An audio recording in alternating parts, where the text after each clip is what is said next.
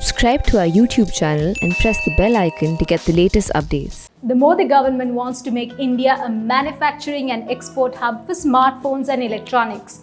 It is to achieve that dream of becoming an electronic hub that the government launched the Production Linked Incentive Scheme (PLI) for large-scale electronics manufacturing. A big name for a big goal.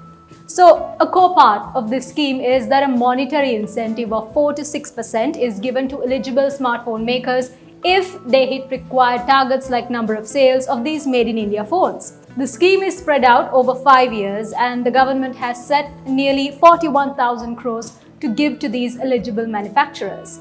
On the 6th of October, the government announced 16 such companies that are eligible for the scheme and potentially get this monetary incentive of 4 to 6%.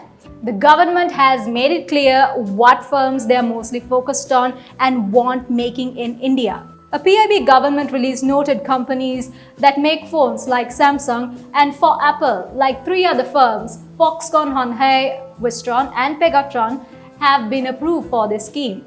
But is this 4 to 6% enough incentive for Apple and Samsung phone makers to come and make in India?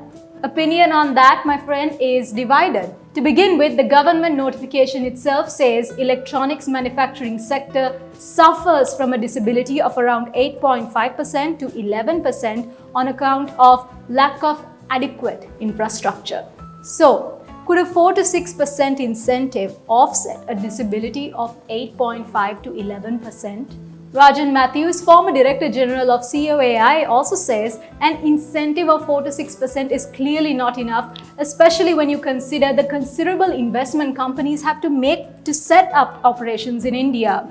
So compound this with India's unreliable infrastructure quality in electricity, water and land. India cannot compete with other countries like Vietnam and China, where manufacturing ecosystem is already stronger. The government should have considered tax waivers instead of an incentive that will be given as a reimbursement of sorts. But maybe this 4 to 6 incentive could be a good range to give just enough push for phone makers to come to India, but more importantly export from India, which is what the government wants at the end of the day, to make India an export hub as well. Navkendra Singh, research director with IDC India, said if the incentive percentage had been higher, say 10% incentive, phone makers would have tried to limit themselves to making phones just to sell in India. But with an incentive set at 4 to 6%, it both encourages phone makers to build in India but also export a portion of these phones, which in effect helps India achieve its aim of becoming a manufacturing and export hub of smartphones.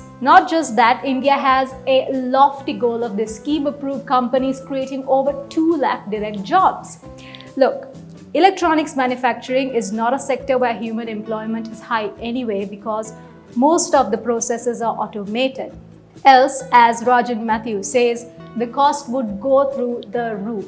But telecom industry veterans like Matthews does feel it is possible to generate direct jobs under this scheme if the right high revenue parts of the sector are targeted, like software development. For example, take Apple. A large portion of its revenue comes from services, not just hardware sales. The Verge reports Google paid an estimated $9 billion to Apple so that Google can stay the default search bar on iOS. That's big business.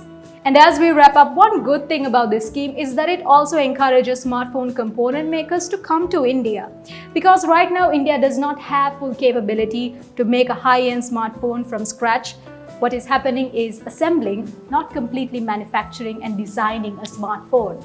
India can't make a phone from scratch because some of the core component makers are not present here in India. So analysts are hoping the scheme would attract those component makers as well. So how do you feel about this scheme? Do you think 4 to 6% of incentive is enough for a maker of an iPhone to come to India and actually make and build iPhones, even the high-end ones, directly right here in India? Let us know what you think in the comment section below. For The Print, this is Regina Mindukula Surya. Do not forget to subscribe to The Print's YouTube channel and as always, keep tabs on us across all forms of social media.